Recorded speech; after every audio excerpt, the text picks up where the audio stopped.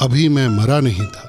मैं उस समय तक नहीं मरा था जब बेटी ने मेरे ऊपर से ऑक्सीजन सिलेंडर हटाकर अपनी मां को लगाया था। हर तरफ वार्ड बॉय और परिवारजन मृतकों से ऑक्सीजन हटाकर जीवितों को लगा रहे थे। जिसके बच सकने की उम्मीद थी उसे किसी तरह हाथ पैर मारकर बचाना चाह रहे थे। इस कोलाहल के बीच में मैं थोड़ा बहुत बचा हुआ था, लेकिन समाज की अंतरात्मा की तरह मैंने भी सोए रहना चाहा। सिलेंडर लगने के बाद भाग्यवान की उखड़ी हुई सांसें कुछ सम होने लगी। वहीं पास के बेड पर लेटे हुए आपदा साथी इतने भाग्यवान नहीं थे। मेरे सामने ही एक एक करके अच्छा तो हम चलते हैं कहते हुए अपने शरीर के ऊपर उठ रहे थे। वे सब ग्रुप में एक साथ निकल रहे थे। मैंने एक को रोककर पूछा, कहां जा रहे हो? उसे कहीं जाने की जल्दी नहीं थी। फुर्सती लिहाज में बोला, पहले बंगाल जाकर थोड़ी देर रैली देखेंगे, फिर महाराष्ट्र जाकर IPL, उसके बाद यमलोक जाएंगे।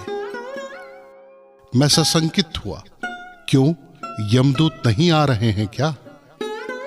खिड़की के बाहर देवदूत और फरिश्ते आफरा ताफरी में उड़ रहे थे।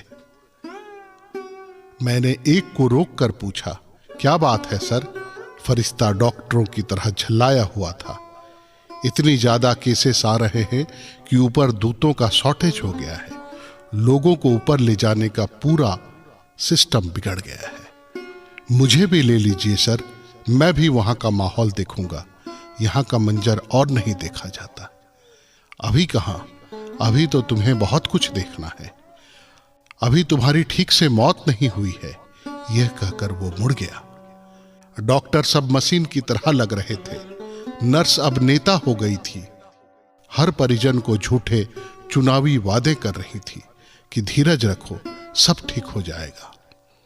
उनके हाथ में सत्ता आते ही सबको एक ऑक्सीजन सिलेंडर, एक रेमडेसिविर इंजेक्शन और एक वेंटिलेटर दे दिया जाएगा।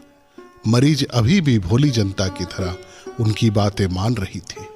मगर दुख की बात यह थी कि नर्सें व्यवस्था के आगे हार गई। मैं अभी मरा नहीं था, लेकिन पता नहीं क्यों मेरी बेटी मुझसे लिपट कर रोने लगी थी।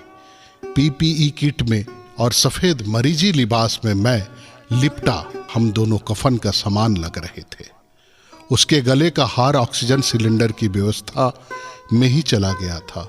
वो मुझसे लिपट कर रोते ही रहना चाहती थी, मगर पीछे से वार्ड बॉय ने हड़काया, इनको शमशान ले जाइए मैडम, दूसरे मरीज लाइन में है। यह स्ट्रेचर पर मुझे ढकेलती बिखलाती लाश गाड़ी के पास पहुंची। ड्राइवर ने 2 टुक जवाब दे दिया, मैडम 12,000 लगेंगे।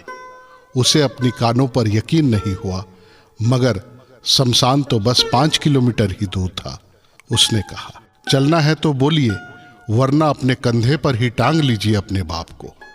मैं जिंदगी भर रिक्शे वाले को 5 रुपए कम देता आया था। मन हुआ कि अभी स्ट्रेचर से उठकर उसका गिरीबान पकड़ लूं, लेकिन वो मेरी पहुंच से बहुत दूर था। मेरी बेटी ने अपने हाथ के कंगन उतार दिए थे। मुझे लाश गाड़ी पर चढ़ाया जा रहा था। शमशान की चिमनी से बहुत गहरा धुआं उठ रहा था। बेटी को एक टोकन पकड़ा दिया गया और मुझे दूसरे लाशों की तरह ढकेल दिया गया। मैं तब तक जिंदा था। बेटी से शमशान वालों ने कहा, जलाने का 7,000 लगेगा। लकड़ी का रेट बहुत बढ़ गया है। हम लोग लाश उत्सव मना रहे हैं।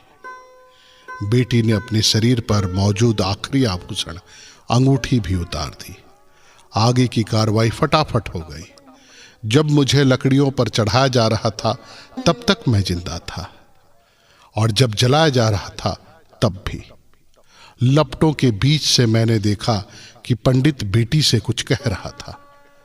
तर्पण के बिना इनको मुक्ति नहीं मिलेगी। 2,000 दक्षिणा तो देना ही होगा।